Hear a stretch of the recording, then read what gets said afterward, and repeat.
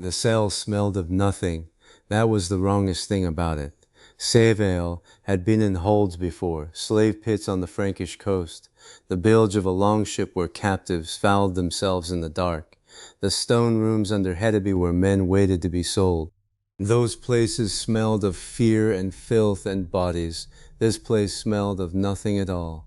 The air moved through vents he couldn't see, recycled and scrubbed and pushed back in, and it tasted like breathing inside a dead man's mouth, just empty. He had been here long enough to stop counting the feeding cycles and start counting the mechanisms. The light never changed, sodium orange, flat as old copper, bolted behind panels in the ceiling that he couldn't reach even at full stretch. The floor was a composite he didn't have a word for. It gave slightly under his weight and never got warm. The walls were the same, gray, smooth, identical to every wall he'd seen since the light had taken him off the beach. He did not think about the beach, not yet, not until there was room to think about it and a throat to put his hands around afterward. The door was built well. He'd known that the first time he hit it, open palm testing, the way you test the face of a cliff before you climbed it. The impact rang flat and dead, no flex. The material was dense and layered, and whatever they'd used for the locking mechanism was seated deep in the door's body where fingers couldn't reach it. He'd spent 3 feeding cycles on the door itself before he understood that the door was irrelevant. The door was built well. All the wrong things were built well. The mount was where things failed. He crouched at the base of the frame now, one hand flat against the housing where the door met the wall. His fingers traced the seam by touch, because the light in here made everything the same flat orange. The housing was a bracket, wide as his palm, bolted into the wall composite at 4 points.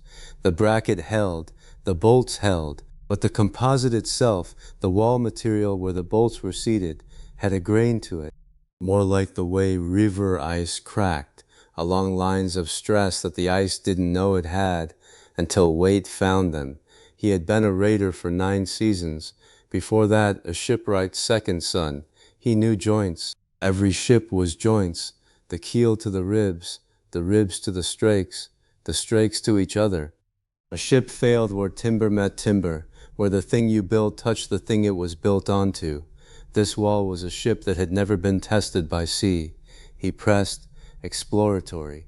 The composite under the lower bolt gave a creak so faint he felt it through his fingertips more than heard it.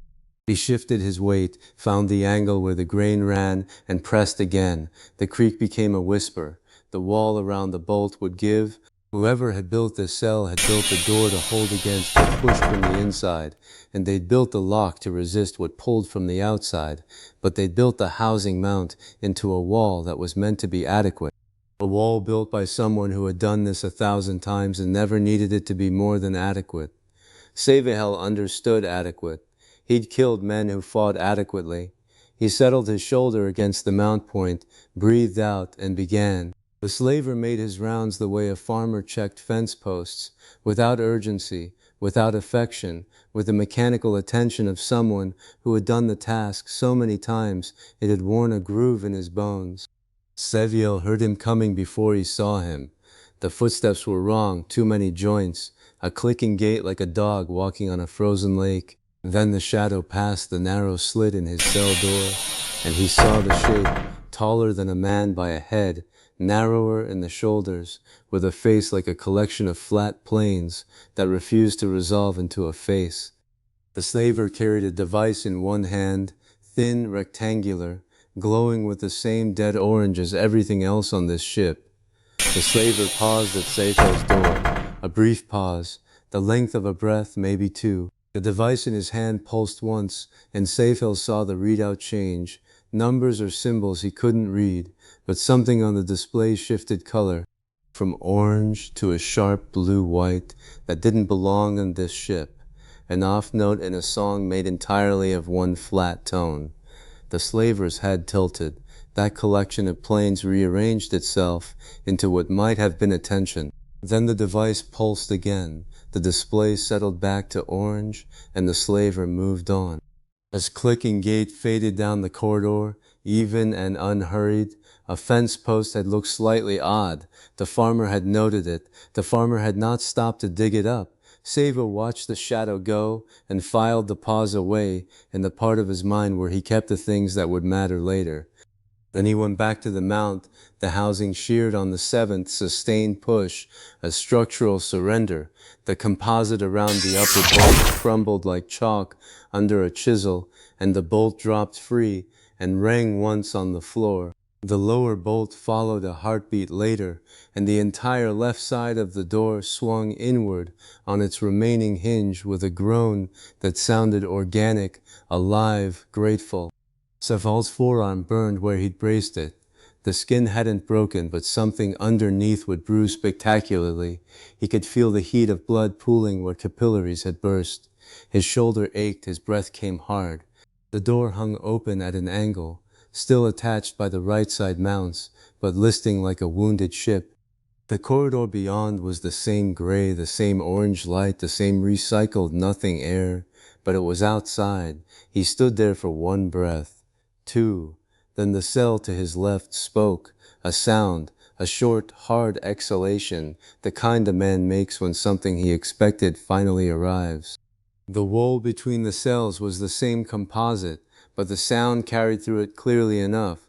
Whoever was in there had been listening, had been waiting, had heard the mount give and the bolt ring and the door groan, and had already decided what it meant. Sevhel stepped into the corridor. The adjacent cell was identical to his, same door, same housing, same mounting bolts seated in the same adequate wall. He looked at it and knew he could break it the same way, faster now, because he knew where the grain ran. As he didn't have to. The door opened from the inside, worked, not broken. The locking mechanism had been manipulated patiently and precisely by fingers that had found whatever the equivalent of a latch was and convinced it to do something its designers hadn't intended. The door swung smoothly, and the man who stepped through it moved past Sevhel and checked both directions of the corridor in a single sweep of his head. Brief, complete, no wasted motion. He was shorter than Sevhel by a hand's width and built differently, compact, dense, with shoulders shaped by carrying weight rather than swinging it. His skin was brown and warm against the sodium gray, and he wore something that didn't belong here, a quilted garment, teal and orange, that blazed against the dead monochrome of the corridor like a shout in a library. The colors were vivid, defiant, the only real color Sevhel had seen since the beach. The man finished his sweep and turned back to Sevhel. Dark eyes, calm and certain, belonging to someone who had fought things before and expected to fight things again and saw no reason to remark on it. Quali, the man said. Sevhel did not know the word. He knew the tone, he knew the set of the jaw, and the way the man's weight had already shifted to the balls of his feet, ready to move. The word meant good, or ready. But this is what I was waiting for. It meant the same thing in any language. Then the corridor spoke. Containment alert, Block 7 Gamma. Standard response dispatched. The voice was flat and passionless and came from everywhere. The walls, the ceiling, the air itself. It had the cadence of someone reading a list of supplies. No alarm, no urgency. A routine event in a routine log on a routine ship where routine things happened on schedule, and nothing had ever gone wrong badly enough to require a different tone of voice. The drone arrived 12 seconds later. It came from the right side corridor, hovering at chest height, roughly the size and shape of a barrel, with the aesthetic sensibilities of a brick. Industrial, functional. It had no face, no features that suggested personality or intent. It had a central aperture that tracked Sevhel with the same flat orange glow as everything else, and two flanking projectors that hummed at a frequency he could feel in his teeth. It was a tool, a containment tool designed to subdue and recontain the most dangerous things that 100 harvested worlds had ever produced, and it did its job the way everything on this ship did its job, competently, adequately, without imagination. It had never met a thing from Earth. Seven, Sevhel, and so on. Sim, the drone's aperture tracked him. The flanking projectors, charged with a sound like wasps in a jar. Seven reached back and took hold of the door he'd sheared free. It was heavy, dense composite, layered over whatever structural bone the builders had used, still attached by one hinge that he wrenched loose with a twist that cost him something in his wrist he'd pay for later. The door came free. He held it lengthwise, like a shield, like a plank, like the thing it had always been, a slab of material meant to absorb force.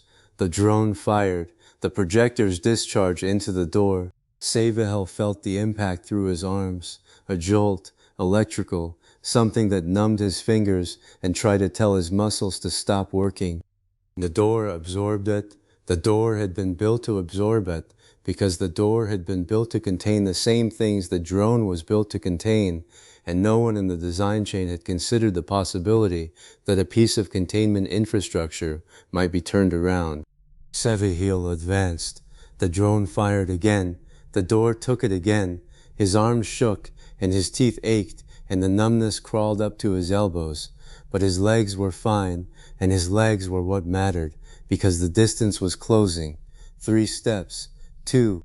The drone began to reverse. Some algorithm in its functional core recognized that the engagement parameters had shifted outside its operational envelope. It started to recalculate. Sevhel did not recalculate. Sevhel swung the door. The impact was deeply satisfying in a way that transcended language or culture or the century a man happened to be born in.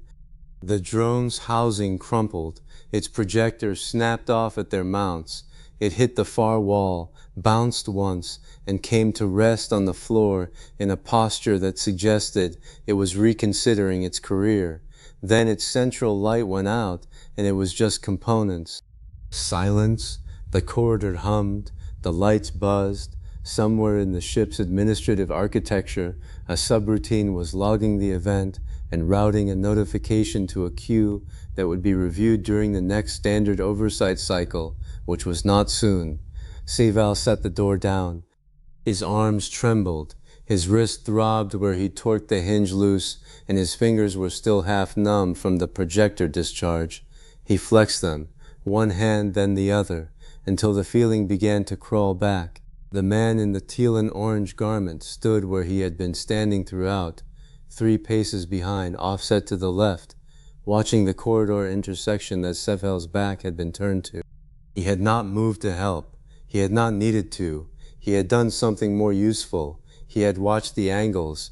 "Is there more?" Sevhel asked. He said it in his own tongue, because he had no other, but he said it with a look down the corridor and a gesture, open hand, palm up. What else? The man understood. He held up 2 fingers. Then he paused, his head tilted, and Sevhel realized he was listening, not to the corridor, but through it, tracking something by vibration or rhythm, the way you track the ship's crew by the pattern of their feet on the deck above. The 2 fingers became 3. Sevhel nodded. 3 was manageable. 3 was a raiding party, and raiding parties could be broken. But that was for later. Right now there was something else. He moved down the corridor to the far wall, past the cell block they'd come from to the next section over, marked with a different symbol above the entry. He put his hand flat against the surface and listened. Breathing, through the wool, through whatever divided this section from the next. Unmistakable, the rhythm of someone awake and aware and holding very still, the way prey held still, the way people held still when they were listening as hard as they could and trying to decide if what they heard was rescue or something worse. Examine the mechanism on this door different from his. The housing was the same composite, but the lock configuration was more complex. Additional bolt points, a magnetic seal his cell hadn't had. He could force it. The wall would give the same way his wall had given, because whoever built the cells had built all the walls from the same adequate material. But it would be loud. He looked at the man in teal and orange. The man looked at the door. Then he looked up, past the ceiling, tracking the patrol road above them by sound alone. He held up a hand. Wait, there was a window. Narrow. The patrol would pass, and there would be a gap between its passing and its return, and in that gap the noise would go unheard. The man began counting. His lips moved, silent and precise. One finger curled. 2, 3. Sevhel braced his shoulder against the mount. Behind the wall, someone breathed.